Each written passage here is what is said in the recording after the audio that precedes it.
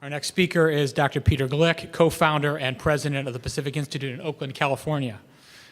Are we getting Monty Python jokes here? Doctor. Dr. Gleick is an internationally recognized water expert. His work addresses the critical connections between water and health, the human right to water, the hydrologic impacts of climate change, the concepts of peak water and the soft path for water, and ways of reducing water-related conflicts. He received a BS from Yale University in Engineering and Applied Science, an MS and PhD from the Energy and Resources Group, University of California, Berkeley. He is the recipient of numerous awards for his work, among them the prestigious MacArthur Genius Fellowship in 2003. He was elected to the U.S. National Academy of Sciences in 2006. Please welcome Dr. Gleick.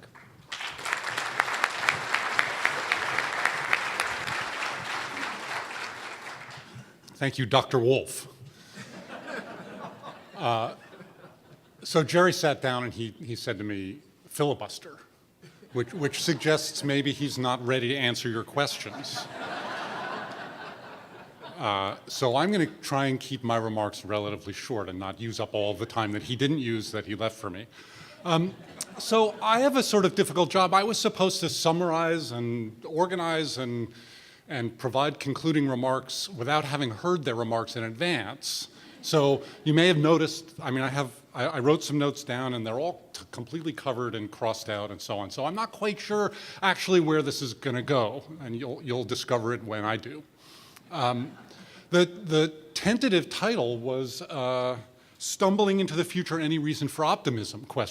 And I find myself swept back and forth by waves of pessimism and then optimism and then pessimism and then optimism, and I don't really know where the ultimate tide is going to lead me, but I think there's probably reasons for both. So first of all, congratulations on the new State of the Bay report, the State of the Estuary report. I had a chance to read it last week in draft or in pre-publication form. It's great. It's really interesting. It's well written. It's beautifully designed. It's a wonderful glimpse of where we are today. Gary threw down the gauntlet early. We have serious challenges. He made the very astute observation that this isn't just science. It's preferences, it's priorities, it's ideology, it's politics, it's economics. It's a really difficult thing. We have tools we haven't used. We have tools that we have used that haven't worked. We need new tools maybe. But we have to start with a pretty honest appraisal of where we are and an honest look at political reality. And you heard some of that today. And if we don't like what we see, I think we have to redouble our efforts to get to where we really want to be. I also want to start out right at the beginning by thanking Jerry and Phil and Fran. I'm sort of the odd fish up here. They are really in the midst of the difficult, ugly politics of this, and I'm not. I get to sort of do my science and analytical stuff, and I'm in a nonprofit think tank. They're doing the real nuts and bolts, and I wouldn't trade with them for a minute. I don't know if any of you would. We're all critical of what's going on in different places and at different times, but they're doing it, and I just want to give them my personal thanks for that, whether or not we like the outcome.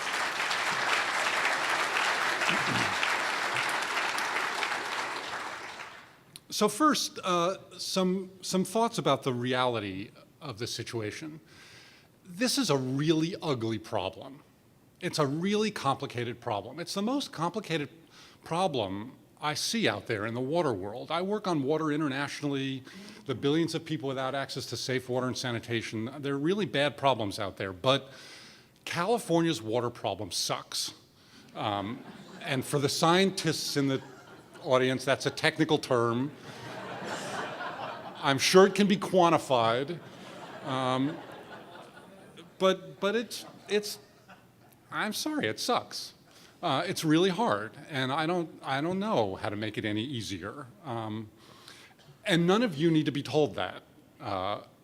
You're in the trenches, you're working with it every day.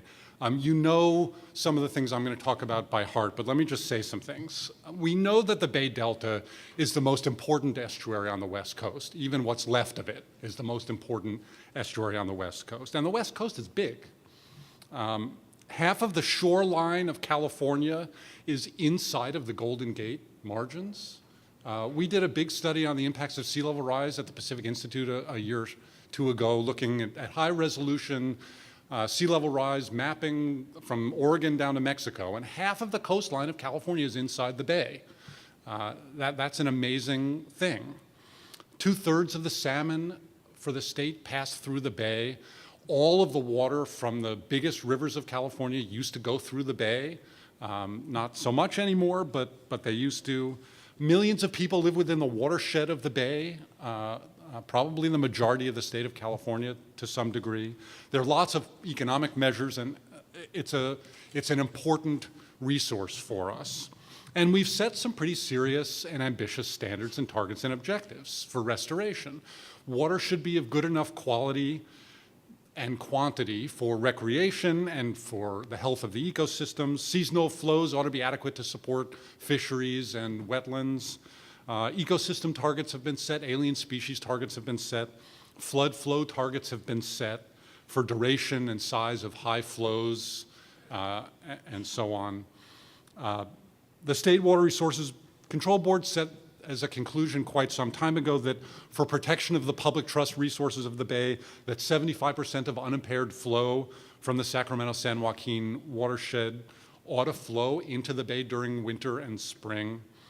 We have this legislative policy insistence now that the health of the bay be considered a co-equal goal with water supply reliability. And Phil didn't say this morning, but he likes to say it, that politically almost everyone agrees with one or the other of the co-equal goals. And of course, that's the problem. Now, I actually like both goals. I'm a big fan of water supply reliability.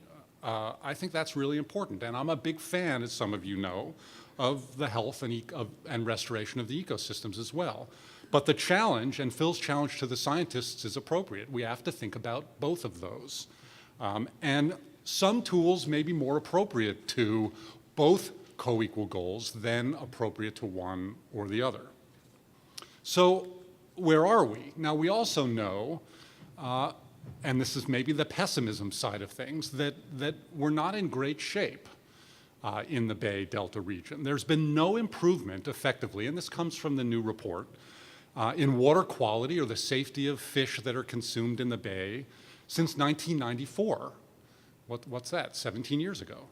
Freshwater inflows are at record low levels, and they have been for the past 10 years, even without the drought of the last few years. Open water habitat quality is deteriorating, not improving. Fish diversity and abundance is declining in all regions, except maybe right around the Golden Gate. We have weakening food webs. There were new water quality and flow standards established by the State Board in 1995, nearly 2 decades ago, and they have had no detectable effect on the freshwater flow index, which was set to measure those objectives. There are serious environmental justice concerns that don't get enough discussion, but that are fundamental around the margins of the bay. Pollutants in fish remain too high, and yet there are a lot of communities around the bay that eat too many of those fish for their health. Climate change is a real problem. It's increasingly real.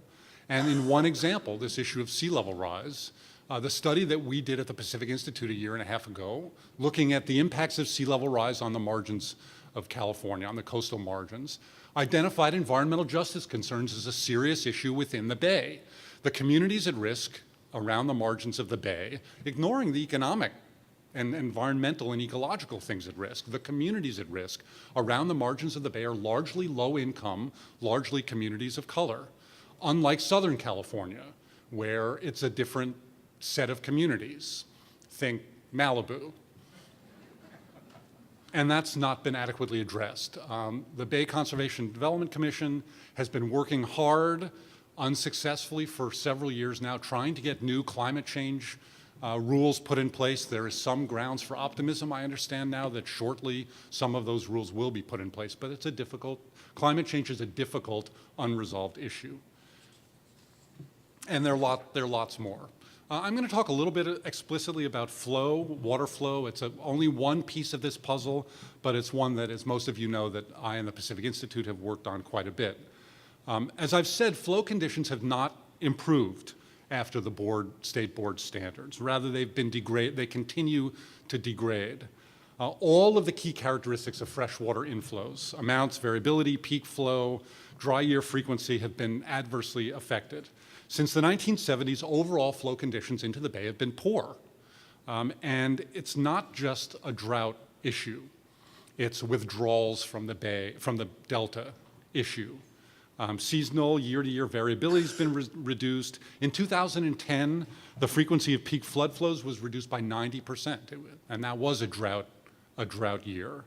But in effect, the bay is subject now to permanent drought, and that's bad. That's not a good thing. Now, I used to think that in a drought, things will get worse, and we'll maybe be inclined, there'll be more political pressure, more economic pressure, more social pressure to push us into the right direction and to do the right things. Well, that didn't happen in the last drought. We had a drought for 3 years. This year was wet, but the last 3 years have been dry. And I don't think we got pushed in the right direction. I think we got pushed politically in the wrong direction. And maybe that's a reflection of the increased polarization that we see nationwide and statewide. But it didn't push us in the right direction, and that's a problem for the policy debate. There is also a very clear effort, a call in the legislation, as Phil said, to reduce reliance on water from the delta.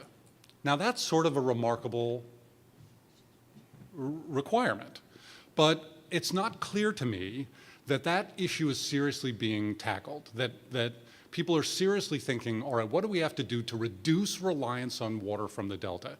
And I don't know if Secretary Salazar was misquoted this week, but he suggested that there's a possibility that in this process moves forward, that we'll be able to take more water from the delta. That's just not, that's an example, if you will, of the challenges, the political challenges that we're facing. And I don't know if he was misquoted, but I'm not going to go there. I actually believe that it's possible to reduce water withdrawals from the delta. I think that's actually seriously doable without reducing the benefits of water withdrawals from the delta. And this is the work that we've been doing for a long time on conservation and efficiency.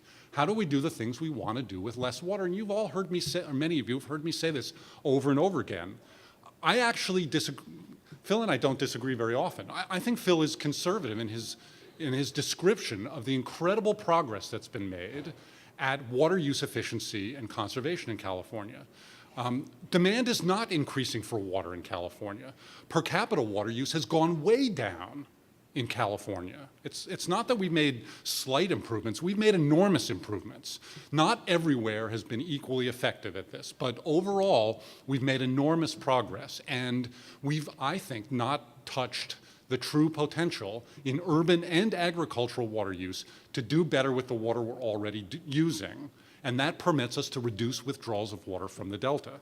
So that's I think that's the good news, if only everybody understood it better and took it more seriously to heart. But that brings up the ideological dispute between supply and demand. And a lot of what's still going on is an ideological dispute between supply and demand. And the next 2 pages of my notes, which I'm not going to get into, but I'll touch on just to let you know what I'm not going to talk about, was a long diversion about the peripheral canal, or whatever you want to call it. Really, I have 2 pages, and I'm glad I'm not going to have time to say some of the things because it really would have gotten me in trouble. But as some of you know, I'm ambivalent about the idea of a peripheral canal, intensely ambivalent. I don't have an opinion, and I don't have an opinion because until somebody tells me where it's going to be built, who's going to pay for it, who's going to operate it? What are the rules about operation? Who's going to enforce those rules? What's the size? Until all of those things until somebody tells me those things, as a scientist, I have a responsibility not to have an opinion. Now, ideologically, I could have an opinion about supply versus demand. Ideologically, I could have an opinion about the next Republican candidate for president, or not to be ideological, the next Democratic candidate for Senate in California. But until I know who that candidate is, I reserve the right to pass judgment. So I'm going to leave that alone for a minute. But I do believe that the issue is, what are the details?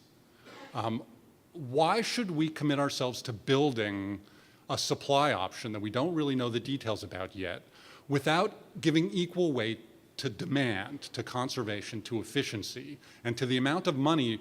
We're talking about $250 million just to get to a plan, and then billions of dollars. I'd like to see some of that money spent on doing the things that we already know are cost effective. And that gets to this issue of science. I'm not entirely convinced that science has been respected in all of the processes that have been going forward. And Jerry mentioned this. The National Academy of Sciences was critical of the first BDCP set of documents and the second set of documents. Intensely critical. And I'm a member of the National Academy of Sciences, and I've been on a lot of committees, and I can tell you the language they used in that report is almost unheard of for the National Academy of Sciences, which doesn't like to be very critical. They're sort of academically, quietly critical when they're critical. But the words they used were quite remarkably strong. And I'm delighted to hear from Jerry that there's an effort now to seriously address those criticisms, and I look forward to the next round. So finally, I do think that there are some preconditions that ought to be set for all of these things. And again, we heard some of these things from the previous speakers. Some of these things are being implemented or being explored or being pushed, but I'm going to raise them again. We have to have comprehensive data collection, monitoring, and reporting for all water uses. It's just outrageous in the 21st century that we don't have those things yet. And I understand the difficulty of doing those things technically, and I understand the difficulty of collecting data sometimes politically, but we're not going to do the right thing, except maybe by accident, if we don't have good data on all water uses in the state of California. I think we need the adoption of a user pays principle, and there's been a lot of discussion about this and what it might look like and how it's going to be set up. We're all water users. We all ought to pay for the goods and services that we get, and that means a public goods charge or something similar. I'm not sure what it ought to look like, but it's an importance of prime importance to me, and it means the beneficiaries of all projects must pay for those projects. I do understand that there are public benefits, and that means the public, I agree with Jerry, that there ought to be public benefit discussion about what these projects or decisions actually produce in terms of ecosystem returns and how those get paid for, but that concept ought to be clear. I do think there ought to be explicit targets for water use efficiency improvements, not just urban, but agricultural, and we don't really have those yet. The targets we do have are not strong enough. I don't think we'll have any trouble meeting them, and they ought to be expanded to all water users. And that's not true yet. Enforcement. Fran mentioned enforcement. Enforcement's number 4 on my list. Ironically, she mentioned the carpool lane. I drove down to a conference yesterday, and I live in the East Bay. I drove down to San Jose. It took me 2 hours.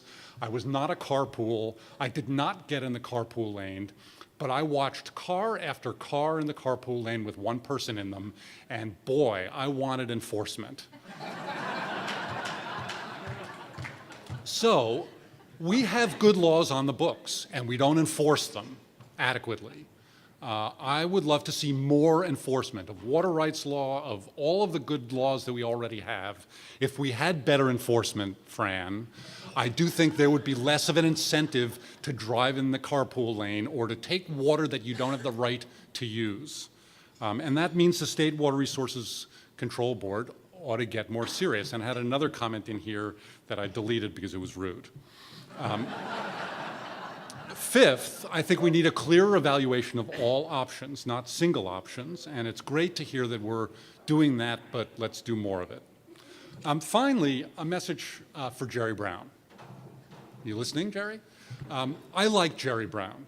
I worked for him directly from 1980 to 1982. Most of you don't know this. I was his deputy assistant for energy and environment in the governor's office in the first round. I know how smart he is. I know how much he cares about the environment. But I have been dismayed by his absolute silence on water. I was dismayed by Governor Schwarzenegger's silence on water too, but I like Jerry Brown more. And his failure to fill key water positions. And he needs to step up and do more and say more and get involved in this. So we have a long way to go to protect even the existing state of the Delta and a farther way to go to restore it, even partially. The good news is the public support is really high and growing. People love the Bay Delta. The value of the Bay is unquestioned. We live here because we love the Bay. We have to keep fighting against the narrow interests that see the separate resources of the Bay as things to be exploited rather than combined and protected to restore all of the values, the co-equal values of the Bay and the Delta. We have to see the big picture and the long time horizon and the ecosystem as a whole as part of our vision. And if we do that, I think we will move in the right direction. Thank you. Thank you.